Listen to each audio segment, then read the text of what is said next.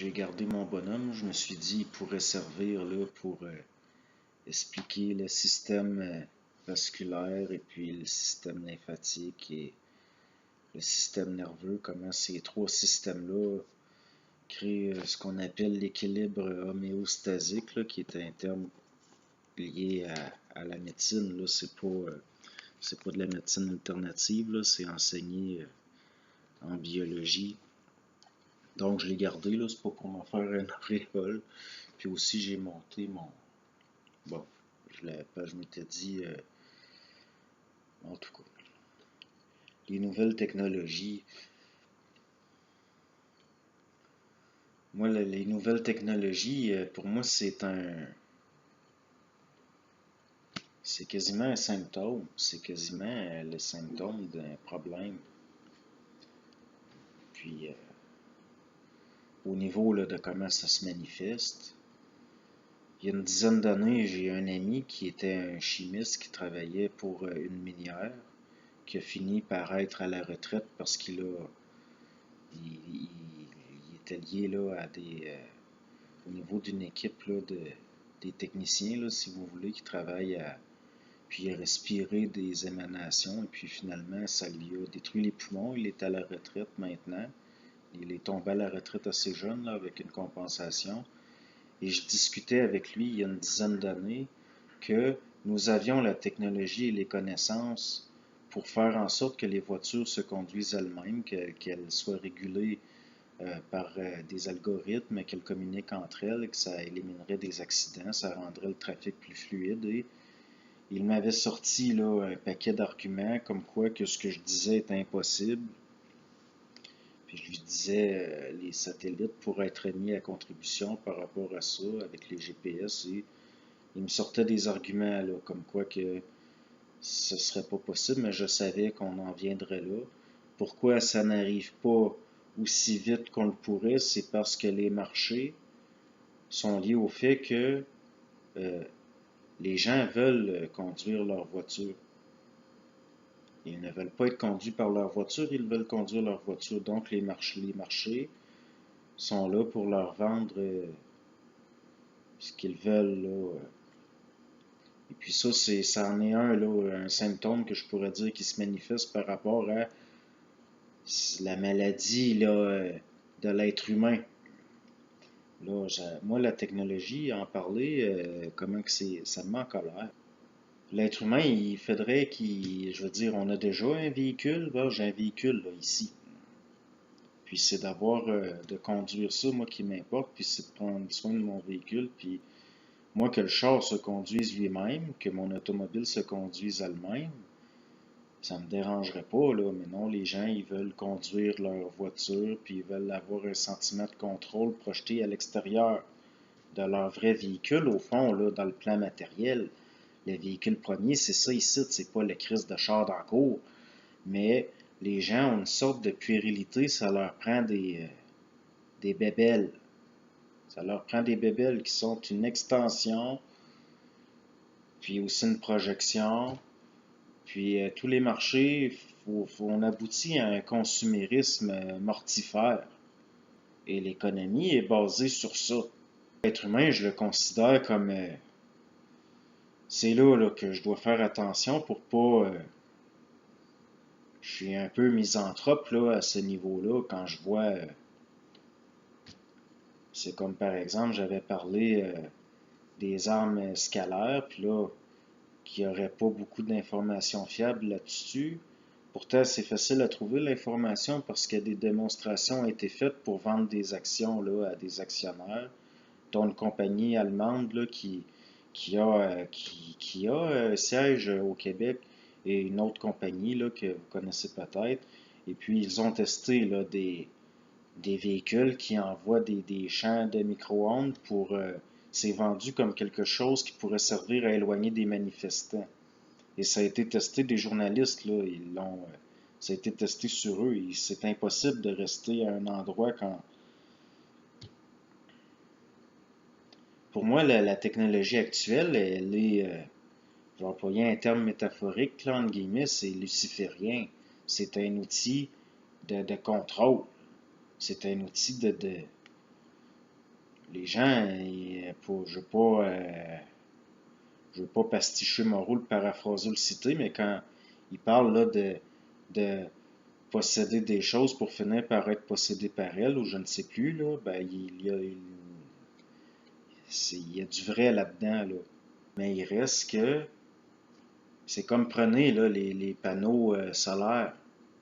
Il suffirait de bâtir quelque chose qui serait un peu fait comme une lunette d'observatoire, si vous voulez. Vous braquez ça sur le soleil, vous convertissez le rayon dans des tubes là, dont l'intérieur serait en des céramiques vitrifiées là, à haute densité avec à l'intérieur là, quelque chose qui ressemble à du silicone, mais qui serait fait avec du silicate là, sous pression. Puis il y aurait moyen de faire chauffer de l'eau et faire fonctionner des turbines et d'avoir des centrales comme ça à énergie solaire, mais pour le marché, c'est plus payant de fabriquer des millions de petits panneaux. Et puis même là, si vous regardez l'histoire du pétrole, et puis une des choses qui me choque là-dedans, c'est par exemple que avant le pétrole, il y a eu les machines à vapeur qui fonctionnaient au charbon.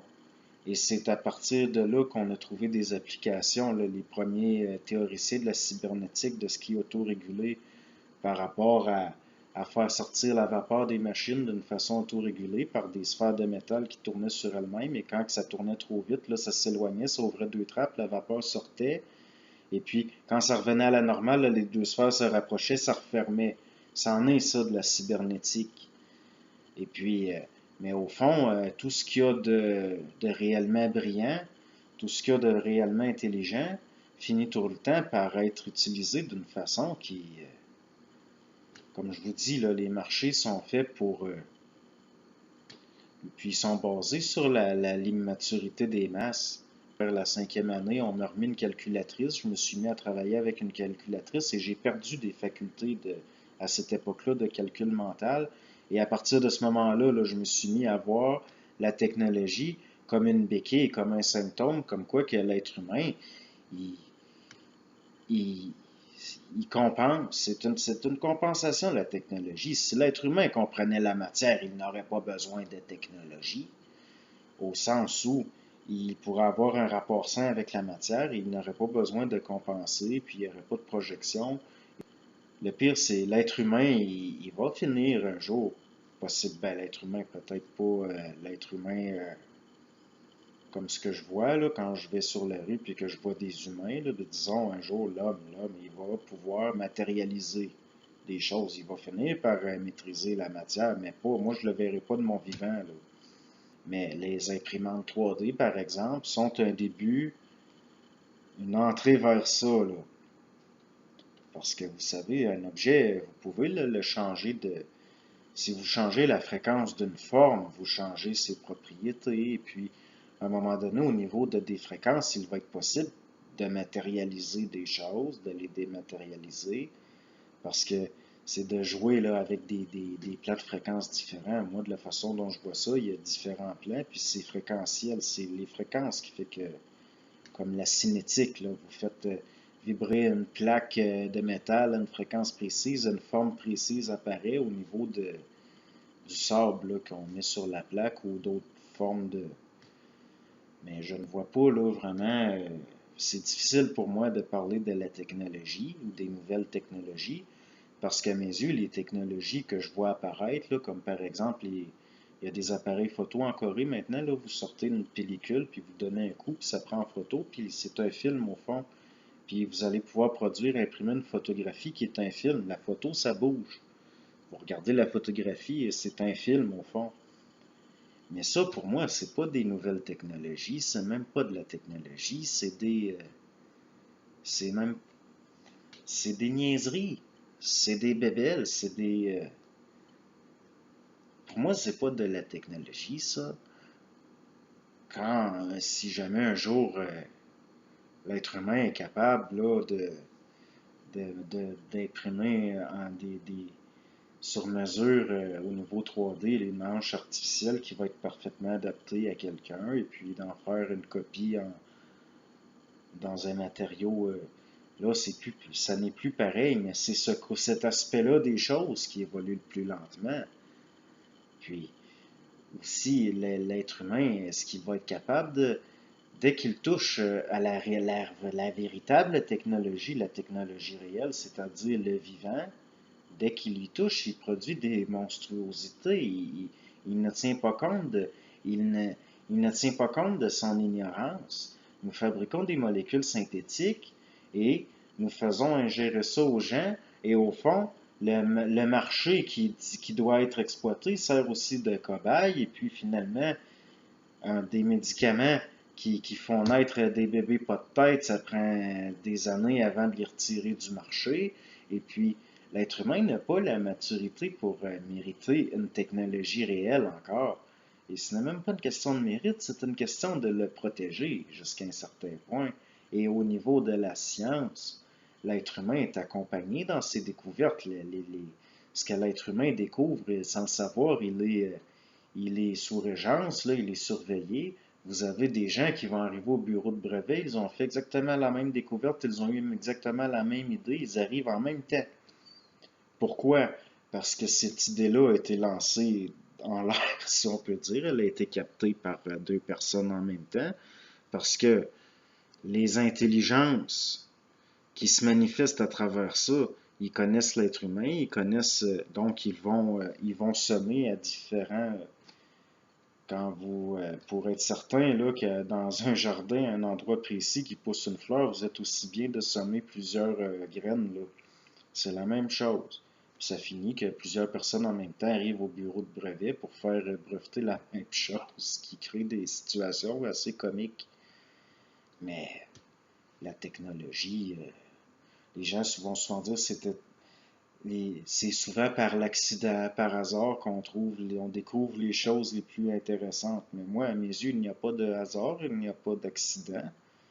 Mais l'être humain, comme d'autres ont dit, l'être humain pense qu'il pense. Mais l'intelligence, moi, je ne me considère pas comme intelligent. Il y a de l'intelligence qui est captée. L'être humain, c'est une coque qui se remplit de, et puis même là, la technologie réelle, c'est le vivant, des technologies liées à l'esprit.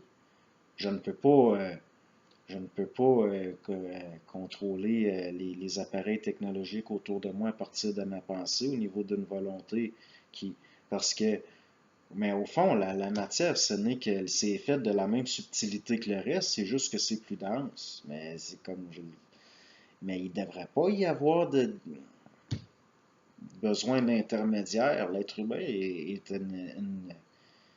c'est tellement arriéré, l'être humain. Pas rien de nouveau, je vois, c'est des niaiseries.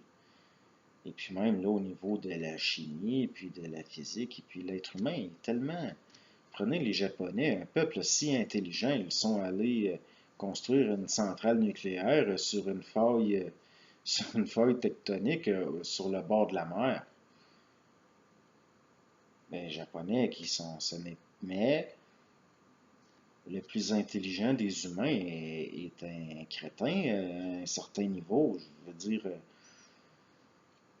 il pense qu'il comprend, mais l'énergie nucléaire, l'être humain n'a pas encore la maturité il pense qu'il comprend, mais au fond, tout ça va servir justement à se rendre compte qu'il ne sait pas. Le- c'est une bonne chose, quelque part, Fukushima, mais là, il y en a, ça risque de mal passer ce que je dis là, mais tous les poissons morts et puis toutes ces choses-là qui vont arriver à cause de ça, et puis les bébés déformés de Tchernobyl, et c'est des chocs, c'est bon. Moi, à mes yeux, c'est très bien. Mais là, il y en a, ils vont dire ben, que je suis négatif. Non, je vous le dis comme je le vois. Moi, je ne suis pas un être technologique. Je ne suis pas un être technologique. Et puis, au niveau de ce que je trouve le plus intéressant, ce n'est pas de la technologie matérielle, là, au sens où on l'entend maintenant. C'est de la technologie. L'important, c'est d'être capable d'agir sur la matière à partir du mental pas de se faire agir sur son mental par la matière à partir de la matière, que la matière, au fond, devient un support d'assujettissement de c'est en ce sens-là que je vous dis que c'est luciférien, puis c'est pas à prendre au sens que d'autres y donnent, là. C'est une question que l'être humain est dominé dans son mental à partir de des supports matériels. C'est le mental qui devrait assujettir la matière, pas le contraire. À un moment donné, il va y avoir un revirement. Et ça va, bon, mais certainement pas maintenant, puis je ne verrai pas ça de mon vivant, ça c'est certain. En tout cas, moi, au fond, on ne sait jamais. Mais là, peut-être que j'en ai assez dit. Mais c'est ce qui me vient sur ça, là, les nouvelles technologies. Bonjour.